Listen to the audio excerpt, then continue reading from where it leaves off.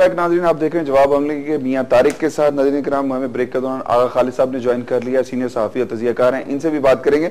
मैं सालिक मजीद साहब सबसे पहले आपसे पूछना चाहूंगा कि क्या जब आइन हमारा सुप्रीम है तो फिर हुक्मरान जो हैं आइन के मुताबिक जो फैसले हुए हैं, सुप्रीम कोर्ट जो कि आइन की इंटरप्रिटेशन करती है, तो उसके मुताबिक जो फैसले हैं, जो हुक्म होते हैं, जो ऑर्डर्स होते हैं, उनको ओबे क्यों नहीं करती हुक्मरान जो हैं?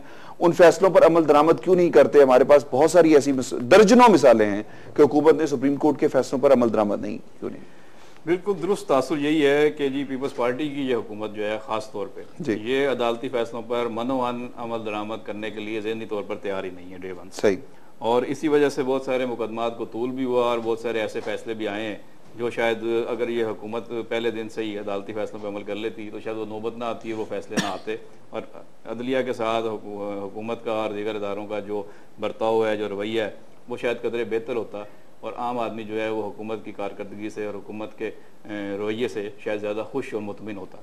इस वक्त पीपल्स पार्टी के कारकुन और पीपल्स पार्टी के इत्तेहादी जमातों के जो रहनुमा हैं और कारकुन हैं वो तो उनके हमनवा हैं जी। उन्हें तो जाहिर है कि हुकूमत करनी है, 5 साल पूरे करने हैं और वो कहते हैं कि जी हुकूमत किसी तरीके से इन मामला को तूल देते देते ऐसे मौके पर पहुंच जाए कि अगले इलेक्शन या अगले टेन्योर तक का मामला पहुंच जाए। ठीक है। लेकिन जो कानूनी जहन रखने वाले लोग हैं, जो पाकिस्तान में कानून की बालादस्ती और आइन के हवाले से सोच रखते हैं, उन्होंने ये बिल्कुल तय किया हुआ है कि जी इस वक्त जो हुकूमती रवैया रहा है वो काबिल सताइश नहीं है। हुकूमत को इन फैसलों पर वक्त ज़ाया किए बगैर अमल करना चाहिए था और वक्त इतना ज़ाया नहीं होना चाहिए था। अदालतों में और भी बहुत सारे मुकदमात हैं, अगर अदालतें सारा सारा दिन और कहीं के महीने इन्हीं मुकदमात में उलझी रहेंगी जिनको अब आइनी और कानूनी मुकदमात की बजाय सियासी मुकदमात बनाने का रंग दे दिया गया है। और पीपल्स पार्टी और उसके इत्तेहादी जितने भी रहनुमा हैं उनके अपने बयानात, इंटरव्यूज, तकारीर, खासतौर पर साबिक वज़ीर आज़म यूसुफ रज़ा गिलानी को आप देख लें या और उनके जो लीडर हैं वो तो अब यही कह रहे हैं कि जी ये हमें पीपल्स पार्टी को निशाना बनाया जाता है, पीपल्स पार्टी के खिलाफ फैसले किए जाते हैं, पीपल्स पार्टी को जो है वो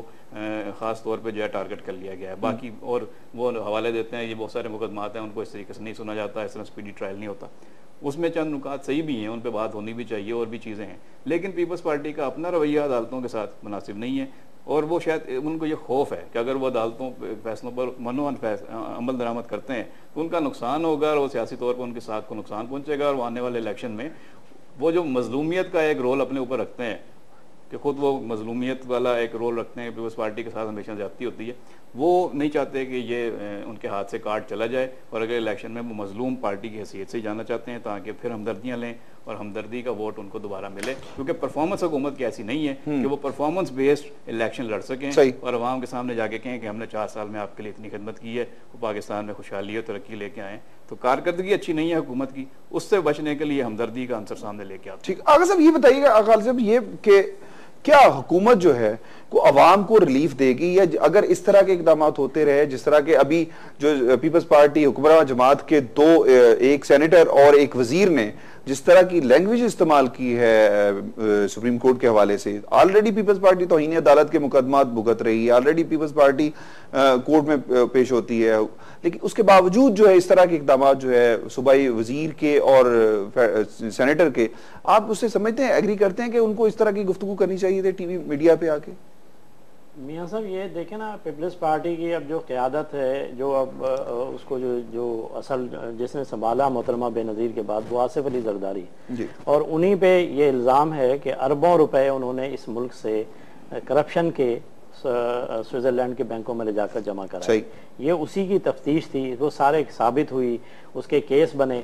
अब अगर ये लोग उसके ऊपर ये खत लिख देते हैं तो जाहिर है आसिफ जरदारी साहब लटक जाएंगे, वहां उनके खिलाफ इंक्वायरी शुरू हो जाएगी तो पीपल्स पार्टी अगला इलेक्शन किस मुंह से लड़ेगी? तो जाहिर है वो खत्म, उसको बहुत ज्यादा नुकसान पहुंचेगा और ये चीजें, और वो इसको सिर्फ छुपाने के लिए ये सारे कुछ कर रहे हैं, अदलिया को बदनाम कर रहे हैं, अदलिया के खिलाफ माज़ाराई कर रहे हैं, अदलिया के खिलाफ मुश्किलात खड़ी करने की कोशिश कर रहे हैं और मुख्तलिफ तरीकों से कभी किसी को सामने कर देते हैं, कभी किसी को सामने कर देते हैं, करके वो इस सूरत हाल को बस ये वक्त पास करना चाहते हैं कि किसी तरीके से आइंदा इलेक्शन तक वो अपना वक्त गुजार लें और अदलिया को ऐसी दिफाई पोजीशन पर लाकर खड़ा कर दें कि वो हमारे खिलाफ कार्रवाई ना करें। क्योंकि अगर वो करेंगे तो ये सारी चीजें सामने आएंगी, न सिर्फ ये सामने आएंगी बल्कि वो लूटा हुआ अरबों रुपया, जबकि अब देखें ना इतने बड़े बड़े ओहदों पर जो लोग हैं, 1-1 करोड़ की करप्शन की, 1-1 लाख की, 10-10 लाख की, 15-15 लाख की करप्शन के लिए वो किस हद तक गिर जाते हैं। क्या क्या नहीं कर रहे हैं, आपको भी पता है, इस माशरे में हमें भी पता है। तो अब सूरत हाल ये है कि जहां अरबों रुपए का मसला है वहां तो वो अपनी जान भी लड़ा देंगे, वो मुल्क को भी खराब करने पर तुले हुए हैं, इसकी भी उनको परवाह नहीं है। वो बस यही एक वाहिद पॉइंट है जिसके ऊपर सारा झगड़ा हो रहा है। वो ये पैसे देना नहीं चाहते और इसके इन पैसों को बचाने के लिए बस वो जो है अदलिया के साथ भी लड़ने को तैयार हैं, फौज के साथ भी लड़ने को तैयार हैं, हिज़्ब इख्तिलाफ के साथ भी लड़ने को तैयार हैं, वो सब कुछ करने को तैयार हैं कि भाई किसी तरीके से बस पैसा ना देना पड़े हमें। वो स्विट्जरलैंड के जो बैंकों में पड़ा हुआ पैसा है जिसको खुद वहां हुकूमत ने तस्लीम किया और मोहतरमा बेनज़ीर ने अपनी जिंदगी में कह दिया कि हाँ ये रकम जो है, ये पहले तो उन्होंने कहा, एक बयान दिया कि ये रकम हमारी नहीं है, वहां बाकायदा जमा कराया। उसके बाद जब वो फैसला हो गया उनके खिलाफ तो उन्होंने फिर वो वापस ले लिया गया, ये इसको दबा दिया गया मामले को। तो कुछ अरसे के बाद उन्होंने तस्लीम कर लिया कि ये पैसा हमारा है और हम इसके दावेदार हैं। अब वो उसको छुपाने के लिए सारा कुछ का सारा ड्रामा कर रहे हैं। ठीक है यासीन साहब, एक चीज बताइएगा मुझे कि मैं चाहूंगा कि आइन हमारा सुप्रीम है, अगर हुकूमत कोई मावराए आइन इकदाम करती है तो वकला का क्या रद्देमल होगा, सुप्रीम कोर्ट बार एसोसिएशन का क्या रद्देमल होगा, और आवाम से आप क्या रद्देमल एक्सपेक्ट करते हैं? देखिए सर, ये बात है, अमूमन जब लोग कहते हैं तो मुझे बड़ा अफसोस होता है कि जुडिशरी का जो काम है जी जी वो आइन और कानून के मुताबिक अमल करना होता जी है।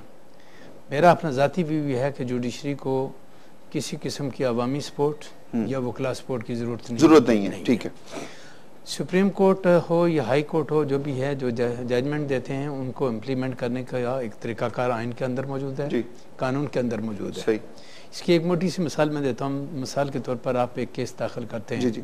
मैं एज ए टेनेंट आपके मकान के अंदर बैठा हूँ, कंट्रोलर की कोर्ट कहती है खाली कर दो, उसके बाद फर्स्ट अपीलेंट कोर्ट कहती है खाली कर दो, फिर हाई कोर्ट कहती है खाली कर दो, सुप्रीम कोर्ट कहती है खाली कर दो, एंड जाके सुप्रीम कोर्ट के पास जाता है। तो सुप्रीम कोर्ट से भी आर्डर होने के बाद एकदम टेनेंट को उठा के बाहर नहीं फेंका जाता। सही। उसको खाली करने के लिए एग्जीक्यूशन का एक प्रोसीजर है जिसको अडॉप्ट करना पड़ता है, फिर शोकाज नोटिस जाता है, फिर रिट पोजीशन निकलती है, पुलिस की मदद, तब जाके एग्जीक्यूट होता है जी। तो इसी तरह सुप्रीम कोर्ट के जितने भी जजमेंट हैं उनको एग्जीक्यूट करने का अपना एक तरीका कार है। और मैं अमूमन ये बात कहता हूँ कि हमारी अदलिया कभी भी इतनी बेबस नहीं है कि वह अपने जजमेंट को इम्प्लीमेंट नहीं करा सकती। सही। ये एक बात हकीकत है कि अदलिया जजमेंट देती है, उनको इम्प्लीमेंट किसने करना है? एग्जेक्टिव ने करना है। ठीक है। आजकल की जो सूरत हाल है, जिस तरह आगा साहब ने भी कहा कि तनाव है किसके दरमियान? एग्जेक्टिव के दरमियान और जुडिशरी के दरमियान।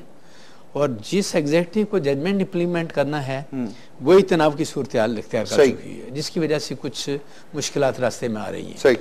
अगर हमारी अदलिया इतनी बेबस होती है, जिस तरह के लोग इंप्रेशन देते हैं, तो यूसुफ रजा गिलानी को कभी डिस्क्वालीफाई नहीं किया जाता, उसको तौहीन अदालत के मुताबिक कभी सज़ा नहीं दी जाती। एक सिटिंग प्राइम मिनिस्टर को सज़ा देकर अदलिया ने यह बात साबित कर दी कि अदलिया अपने जजमेंट को इम्प्लीमेंट करने के लिए किसी भी हद तक जा सकती है। ठीक है। अब जिस तरह सालिक मजीद साहब ने कहा, मैं किसी पार्टी का ब्रीफ होल्ड नहीं करता, लेकिन एक बात मैं पीपल पार्टी की अप्रिशिएट करता हूँ कि यूसुफ रजा गिलानी के साथ ये तमाम कुछ होने के बावजूद आपने देखा होगा कि मुझे कोई ऐसा रिएक्शन सामने नहीं आया जो जुडिशरी की डिग्निटी के खिलाफ हुआ। सर, जो आपने दो मिनिस्टर्स के देखे बयान देखे, नहीं मैं बयान किया नहीं, मैं उस रिएक्शन की बात करता हूँ। रह गया मामला बयानात का, तो हमारे लॉ में भी ये गुंजाइश है कि जब कोई जजमेंट आ जाता है तो उस जजमेंट पे तामीरी नुक्ताचीनी करने का राइट हमारा है। हम वकील लोग भी क्रिटिसाइज करते हैं। सही। तामीरी नुक्ताचीनी, और अगर तकरीबी हो, तकरीबी है तो उसको हमें कंडेम करना चाहिए। अब रह गया मामला के, बहुत सारे लोग मुझसे पूछते हैं कि जी फिर ऐसे मामले हैं। देखें, आज भी मैं ये बात दोस्तों की मौजूदगी में दावे के साथ कहता हूँ कि अगर कोई नेशनल लेवल का इशू जिस तरह 2007 में आया, जी, आज भी अगर हमारी अदलिया के साथ किसी किस्म की उस टाइप की ज्यादती होती है जो 2007 में हुई, तो पाकिस्तान के तमाम वकला और मैं समझता हूँ सिविल सोसाइटी और 18 करोड़ आवाम जुडिशरी के साथ खड़े हैं। सही। लेकिन मामूली इशूज़ पे हड़तालों की कारदना, मैं मुल्तान में था, chief justice Lahore high court की मेरे सामने तकरीर है कि वकला ने जो स्ट्राइक की कॉल दी, 6 महीने में 60 दिन तक हमने हड़ताल की। अब 60 डेज आपने अपने कौम के ज़ाया किए, किन कालों पे? मामूली कालों पे। सही। मसला अरसलान का मामला था, मेरा कहना यह था कि इंडिविजुअल का मामला है, इस पे कॉल देने की जरूरत नहीं। सही। अब 6 महीने में जिस मुल्क में 60 दिन हड़तालें हों और अदलिया में पहले ही लिटिगेशन का एक लाइन लगी हो, तो उस सूरत में आप ये बताएं कि हमारा मुल्क कहाँ जाएगा। हमें सोच समझ के कॉल दें। आज मैं कहता हूँ नेशनल लेवल का कोई भी इशू लेके आ जाए, मैं पहला आदमी हूँ जो सबसे पहले कॉल देने के लिए तैयार हूँ। आज भी जिस तरह आप ऑर्डिनेंस की बात करते हैं, अदलिया की पावर को कर्टेल करने के लिए अगर ये गवर्नमेंट कोई एक्शन लेती है, मैं पहला आदमी हूँ जो कॉल देने के लिए तैयार हूँ। लेकिन छोटे मोटे मामलात में मैं कॉल देने के लिए बिल्कुल ज़हनी तौर पर तैयार नहीं हूँ। मेरा पॉइंट ऑफ व्यू ये है कि हमारी अदलिया पावरफुल है, और मैंने अपनी स्पीच में भी 15 अगस्त 2012 को कहा कि हमारी अदलिया पावरफुल हो चुकी है। 2007-2009 की बाली की जुडिशरी जो है वो जुडिशरी नहीं है जो पहले 65 साल में रही है। तो हमें जिस तरह हम कहते हैं कि लास्ट होप है, ये मैं भी कहता हूँ, लेकिन क्या अदलिया आम आवाम के मसाइल को हल करने की क्या कोई तरीका है? सालिक साहब ये बताइएगा, जिस तरह